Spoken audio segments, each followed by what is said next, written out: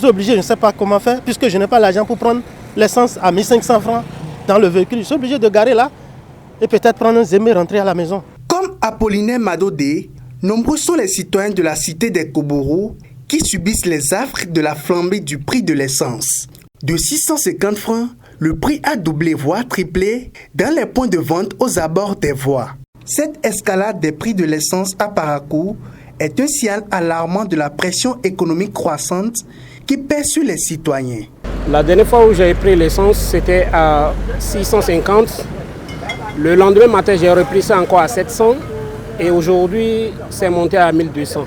Ailleurs, à 1500. Déjà que la vie est déjà chère et qu'il y a encore de flambée d'essence encore, vraiment ça a pourvu la population davantage. C'est très difficile pour faire les déplacements, pour faire les affaires avec de tels prix d'essence. Vraiment, c'est un peu difficile, pour ne pas dire difficile même déjà. Nous sommes obligés avec le prix que nous sommes en train de prendre actuellement. De 650 aujourd'hui, nous sommes passés à 1500 francs le litre, voire 2000 chez certains pompistes. Vraiment, ce qui ne nous arrange pas.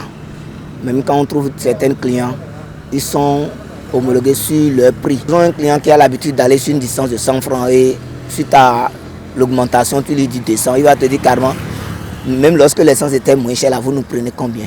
Chacun de son côté donne les raisons de cette flambée drastique, même si les raisons officielles ne sont pas connues. Juste là, vous savez, c'est l'informel et c'est le Nigeria. Bon, c'est depuis là-bas le problème, sinon que au Bénin ici, le problème ne se pose pas. Les grossistes, ce qu'ils disent, c'est le Naira. Et non seulement ça aussi, il y a que le produit ne sort pas comme auparavant.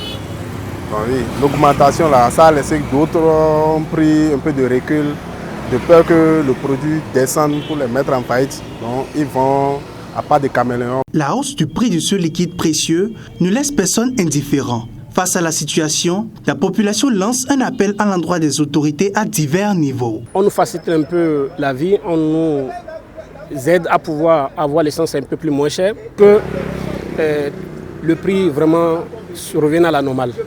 Nous sommes seulement en train de demander des doléances auprès du chef de l'État pour qu'il puisse au moins voir cette situation avec nous. Je demande vraiment à notre chef d'État de vraiment penser à nos populations, car ça ne va pas. La hausse vertigineuse du prix de l'essence à Parakou ne fait qu'accentuer les difficultés financières des habitants. Cette situation appelle à une action urgente des autorités pour garantir un accès équitable aux ressources essentielles et préserver le pouvoir d'achat des citoyens. Les stations-service sont actuellement les seuls recours pour les usagers pour se procurer ce liquide. Mais là encore, il se fait rare.